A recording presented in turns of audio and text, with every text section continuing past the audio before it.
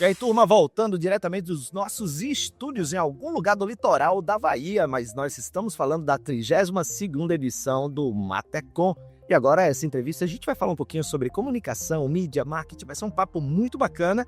E eu tenho dois convidados ilustres que agora eu peço para se apresentarem. Bem-vindos ao podcast, que vão ter-nos aqui. Eu sou Beth Bride, diretora de redação da Grau 10 Editora, que faz há 35 anos a revista Namar, que é a principal publicação do setor de material de construção. A gente faz a ponte entre indústria e varejo, indústria atacado e varejo, né?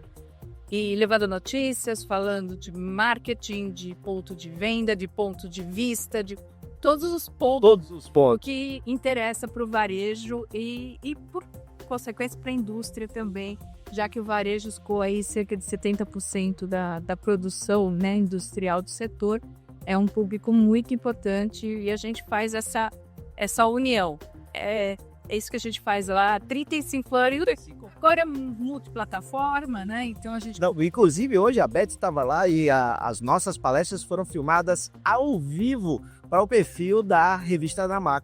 Te pergunto até uma curiosidade, depois vai ficar disponível? Sim, vai ficar lá, vai ficar disponível. O link também está no nosso portal, então já tem leitor que está acessando por aquele link, fica lá. Multiplataforma, muito bem, muito bem. Alex, tudo bem? Tudo bem, tudo bem. Eu sou Alex Gonzalez, sou diretor comercial da Record Bahia, né? Afiliada da Rede Record aqui na Bahia, né? Vice-liderança e audiência. E a gente está aqui pela primeira vez, né? Junto com o pessoal em parceria, fazendo essa cobertura, né? Muito feliz em estar aqui, né? Surpreendido, inclusive, com a relevância do evento, né? Muito feliz. E com certeza divulgando tudo que está acontecendo aqui para toda a Bahia e, por que não, para o resto do Brasil. Bacana. Vou começar contigo, Beth. A gente falando, você acompanha aí 25 anos, né? 35 anos, querendo diminuir 10 anos. Seria bom, você tinha que estar mais novinho. Então, primeiro, parabéns. Você, 35 anos, continua com brilho no olho, sorriso no rosto. Isso é muito importante, sinal que você gosta muito do que faz. Com certeza. Qual foi a maior mudança nesses 35 anos que você acompanha de perto esse segmento que você viu, seja na maneira de vender, na maneira de gerir? Bom, a gente acompanha aí o varejo de material de construção nesse período todo. Mudou tudo, né? Fred, mudou tudo. Porque inclusive nós fizemos uma edição agora que comemora os 35 anos e fizemos uma linha do tempo. Que legal. Puxando tudo que nós falávamos lá atrás. Então, assim, foi muito interessante até para nós ver a profundidade dessas mudanças, né? Que a gente saiu lá do balcão, de lojas empoeiradas, lojas bagunçadas, confusas, para um perfil que hoje nós temos aí. A gente costumava lá atrás falar, nossa, o varejo de material de construção está há 30 anos atrás do varejo de supermercados. Hoje, isso mudou bastante, né? Então, nesse período, condensou essa diferença, não tem mais tanta diferença assim. E foi mudando tudo. A gente ensinou o que era código de barras, o que era prateleira infinita.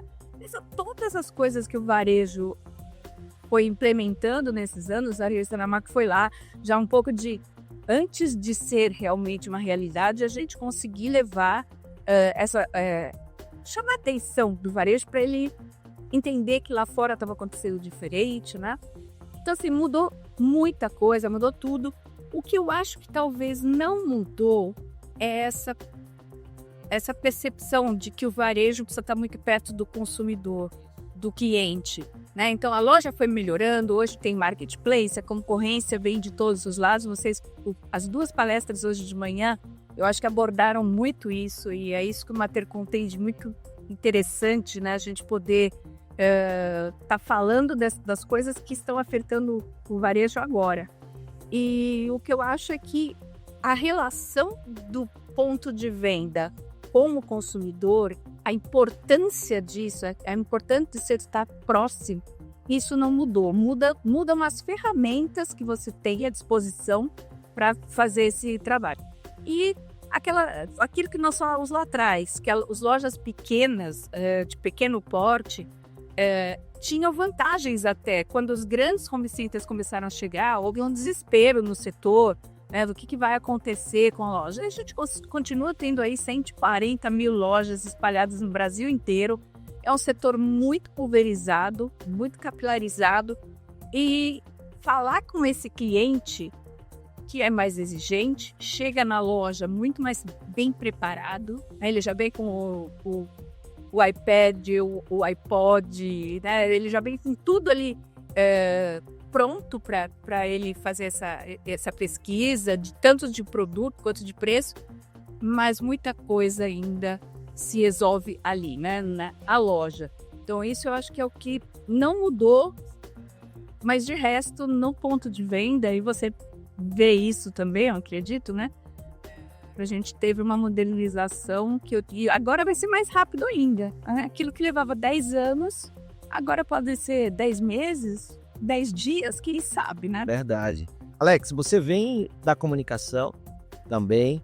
Como é que você vê a influência na maneira de consumir produtos vindo da mudança de consumir conteúdo? Né? Como é que essa mudança no consumo de conteúdo influencia o consumo de produtos? Isso é bem interessante porque, assim, nós estamos na ponta, né, como alavancadores de negócios, né? Então, como a gente está na ponta, a gente lidar com diversos segmentos, né? Sejam industriais, varejos, enfim, e a gente lidar com vários varejos, né? Então é interessante você olhar as realidades de varejo diferentes, né? E quando você pega o Matcom, ela tem algumas peculiaridades que outros varejos não possuem. Então você pega aí móveis e eletro, né? Você pega automotivo. Então você tem algumas peculiaridades no Matcom que são interessantes, mas uma coisa respondendo a sua pergunta, uma coisa vai acompanhar a outra. A mudança no consumo, ela acompanha muito a mudança no consumo da mídia também, de comunicação. Hoje, o pessoal do marketing gosta de inventar termos interessantes, né? Normalmente em inglês. Normalmente em inglês, né? Então hoje você tem o conceito do digital. Hoje você trabalha o digital, né? Porque de fato, o que acontece? O digital trouxe o acesso a muita informação e a novos canais, né? Para todo mundo. Então o que acontece hoje é que as pessoas não estão trocando os meios que elas consomem. Elas estão adicionando meios que elas consomem, né? Então antes elas só consumiam jornal. Depois elas consumiam jornal e rádio. Depois jornal e rádio e televisão. Depois jornal e rádio e internet. Então assim, elas vão... a gente fala sempre que eles estão adicionando telas, né?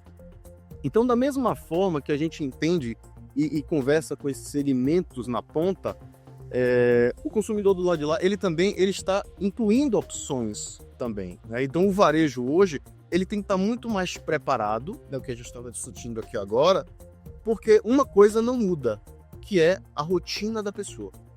Isso não vai mudar.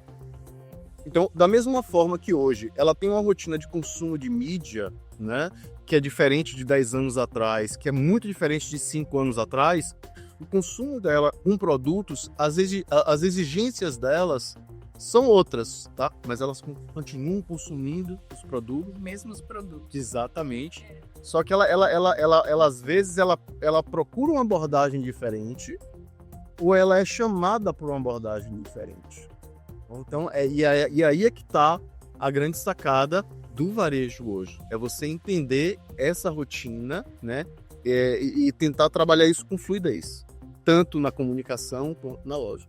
Quer complementar? Não, eu só ia falar que o Matcom, na verdade, ele lida com o sonho, né? O sonho da casa própria, o sonho de uma casa bem montada. A pandemia mostrou isso, né? A importância do lar. Então, isso também altera o que acontece no varejo, ali na ponta, e a forma como você se comunica com esse mercado. Mas a gente que está aqui falando de comunicação, e tem tudo a ver. É muito diferente a forma como hoje o cliente entra com a loja, seja ela o que for. No material de construção, tem até algumas particularidades maiores, porque tem a questão da informação técnica. Muitas vezes, por mais que hoje o cliente tenha acesso a essas informações via internet, ele vai na loja falar com aquele vendedor, aquele ser humano, né? Dizer, com todas as dificuldades que citei, porque o ser humano precisa ser treinado também, mas é ali que ainda algumas dúvidas se concretizam. E isso é por isso que esse brilho no olho ainda existe, porque na verdade assim, é muito vibrante e é muito rápido.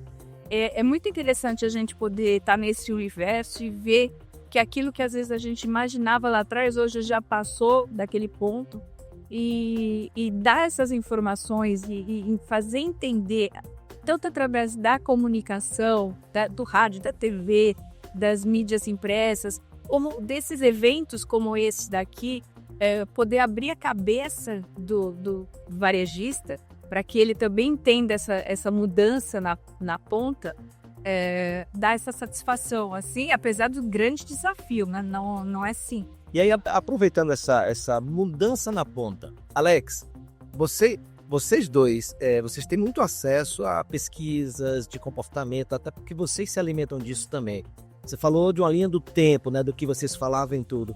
O que você acha, na sua opinião, que o varejista ainda não fez que deveria fazer ou que ele precisa mudar e ele ainda não percebeu? Então, não é só o varejista. Muitas áreas pensam dessa forma, mas o mundo está mudando muito e os dados são cada vez mais importantes. Então, a gente tem uma tendência, até como ser humano, às vezes, de encontrar a bala de prata da coisa. O que é que dá resultado, né? E aí, eu acho que o grande erro, principalmente do varejista, que é ali do dia a dia, é a rotina das pessoas, é o varejo, é ficar tentando dar tiro e encontrando o que é que dá certo. Quando, na verdade, o que dá certo é você parar para avaliar, primeiro, o seu público, não o seu negócio. Você vai moldar o seu negócio de acordo com o seu público. Perfeito. Você tem que avaliar o seu público, entender o que é que ele consome e como ele consome, como chegar nele, e da partir daí montar suas estratégias, né? Não de uma ação, mas de um conjunto de ações que levem aquele cliente não a comprar na sua loja, mas ter hoje a sua loja como o ponto focal daquele tipo de compra dele. Ou seja, dentro daquele segmento faz parte da rotina dele. Exatamente. Então, assim, eu preciso comprar qualquer coisa do Matcom. Eu tenho uma minha loja. Por quê? Porque eu tenho o meu vendedor, que eu sei que eu chegando lá, ele vai me explicar como isso funciona, né? Então, hoje você precisa entender quais são as ferramentas que tem à disposição, né? E usar todas elas, cada um na sua medida certa, né? Para que a coisa funcione. Eu vou dar um exemplo aqui. Hoje, muita gente fala o digital ou analógico. Tanto em loja quanto em mídia, enfim. Uma coisa, hoje, a gente está mais do que provado, para a gente nós somos TV offline, né? Existe já a TV conectada, mas vamos falar em TV linear. Hoje, nós temos muitos projetos lá na TV aberta que a gente faz o projeto para migração de tráfego no digital. Então, assim, é você saber usar uma mídia para impactar a outra e vice-versa também. Chamada cross-mídia. Exatamente. Exatamente. Então, assim, para mim hoje, a grande falha ou gap que está aí no varejista é você ficar tentando encontrar a estratégia, a bala de prata, quando não é. Você precisa montar a sua estratégia para que cada mídia, para que cada ação, ela funcione dentro de um todo, para que a coisa tenha um resultado. Boa. Tá? Beth. É isso, eu acho que ele falou bem. O simples bem feito, é uma frase aí que usam muito, né? Virou um jargão, mas é isso. Muitas vezes o simples, nessa euforia, essa ansiedade de ir atrás do novo, você deixa aquele simples que funciona. Então, assim, não estou sendo tradicional a ponto de falar que o que se fazia lá atrás vai continuar dando certo. Não, você precisa agregar todas essas novidades, né? Mas você não pode achar que só a tecnologia vai resolver, porque é um diferencial muito grande e esse setor que nós estamos aqui falando, ele tem esse privilégio de realmente poder contar com a presença do cliente lá na loja. E se ele sair um pouco, né, dele não errar na minha concepção, de pensar que é só preço hoje que vai resolver, ou seja, que a concorrência está muito grande, que é o preço só, aí realmente eu acho que ele não tem um caminho muito longo por aí. Mas se ele entender que ele precisa criar uma experiência nova na loja, e aí, quando a gente fala isso, às vezes parece que é uma coisa muito sofisticada, que só é para grandes grupos, grandes redes e que tem muito dinheiro. E não é. Tem ações muito recentes, na pandemia, o material de construção correu atrás para começar a vender via WhatsApp, porque era o que funcionava. Então, assim, tem coisas simples que precisam ser bem elaboradas, mas que não são caras, não são de investimentos muito elevados, e que se tiver essa percepção, e aí são várias, né? Não temos aqui a cartilha do faz isso que vai dar certo. Até porque o Brasil é um continente, coisas que dão certo aqui na Bahia, em São Paulo às vezes não, no Amazonas é diferente. Mas cada um conhecendo o seu público, conhecendo o seu cliente, pode ser criativo e arrumar soluções simples que vão fazer essa diferença. E aí, pra gente encerrar esse papo massa, tem uma pergunta para vocês dois que tem a ver com a área de vocês. Mesmo jeito que a Alex trouxe que dados é importante, né? Você ter ali, você falou também, Beth, conhecer o cliente. Comunicação. Comunicação é a área de vocês. Vocês acham que o varejista está trabalhando bem a comunicação e qual a importância da comunicação para um negócio Matecom hoje? Então, na minha visão, a comunicação para o Matecom ela é fundamental, porque o Matecom ele é um produto de uso geral, de uso amplo, né? Uma coisa é você vender um automóvel, você tem uma restrição de público muito grande. Quando a gente fala do Matecom, a gente está aí falando de um consumo de massa, né? Então, na minha visão, hoje o varejista ele ainda está muito sendo influenciado por bolhas, muito pelo digital, né? Então, assim, porque ele consome aquilo ali, ou a família dele consome aquilo ali, ele esquece que o grande público, que é o público que compra na loja dele, não consome aquilo. O negócio dele não é para ele, para a família dele. Exatamente. Então, na verdade, o que falta é ele avançar um degrau, porque ele tá como ele tá numa bolha, ele tá sempre um degrau atrás.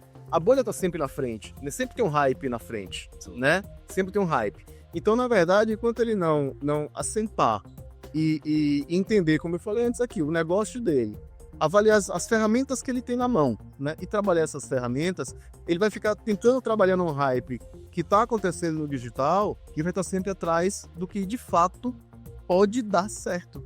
Quando tem gente trabalhando de forma mais técnica, com mais dados e já fazendo dar certo. Beth?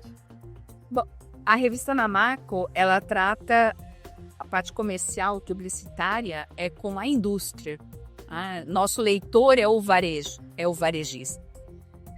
E mesmo a indústria, que tem um potencial maior, tem investimentos maiores, verbas maiores, também passa por isso, ela também tem essa dificuldade, porque hoje é o influenciador, é marketing de afiliadas, é o GC, hoje tem de tudo. Exatamente, tem de tudo. Então, assim, é uma enxurrada de opções e eu acho que eles ficam meio perdidos. Não, ele não vai fazer isso, mas eu vou fazer aquilo. E é uma coisa que a gente, assim, calma, precisa ter calma, né? Precisa respirar. Então, respirar, mas quando a gente consegue mostrar que ele precisa se comunicar com quem decide a venda do produto dele lá na ponta, não estou dizendo que ele tem que deixar de falar com o cliente, não é isso. Mas ele precisa entender que ele tem que estar lá na ponta também, para que aquela comunicação que ele faz de massa, na Record, nas grandes mídias, quando ele chegar na loja lá, o vendedor está falando na mesma língua que ele colocou para o público consumidor, porque senão esse negócio... Assim, nós só fizemos pesquisas em ponto de venda e para perguntar. A gente tinha certeza que o resultado ia ser esse, mas a gente queria um número, né? Para saber aonde ele decidia. Se ele chegou na loja já sabendo, já pesquisando. Então, assim, ele chega já com o produto certo, a marca certa, já viu o preço e tal. mas ele muitas vezes deu 67%, ele muda a escolha dentro da loja. Ele entra lá porque ele está decidido a comprar a marca A e ele sai com a B. Porque o vendedor fez a venda. Legal. Porque tinha esse interesse ali no ponto de venda, ele descobriu um produto diferente, pode até ser um preço melhor para a mesma qualidade, mas é no ponto de venda. Então, do ponto de vista da indústria, que é o nosso parceiro de mídia, acho que eles estão ainda tentando, né, dar tiro em todos os lugares, e algumas empresas, não todas, pecam nesse ponto. Sim, isso acontece bastante, a gente tem muito relato disso lá. Essa questão da quebra, quando você faz uma quebra entre o que você promete e o que você entrega, isso é péssimo, tá? Essa mudança de compra na loja pode ser pro bem ou pro mal. Porque você pode convencer o cliente a levar um ticket médio maior, dar uma rentabilidade melhor para a loja, né? Ou você pode frustrar o cliente. Então, se você faz uma bela campanha na TV, artista, no digital, você faz uma bela campanha, mas o cliente, quando chega na loja, ele não é bem instruído, ele não encontra o produto, o preço não é bem aquele, ou ele não consegue entregar num prazo viável. Então, assim, o cliente hoje, ele espera tudo, né? Então, essa quebra, ela não pode acontecer. E eu vou colocar aqui a quebra antes.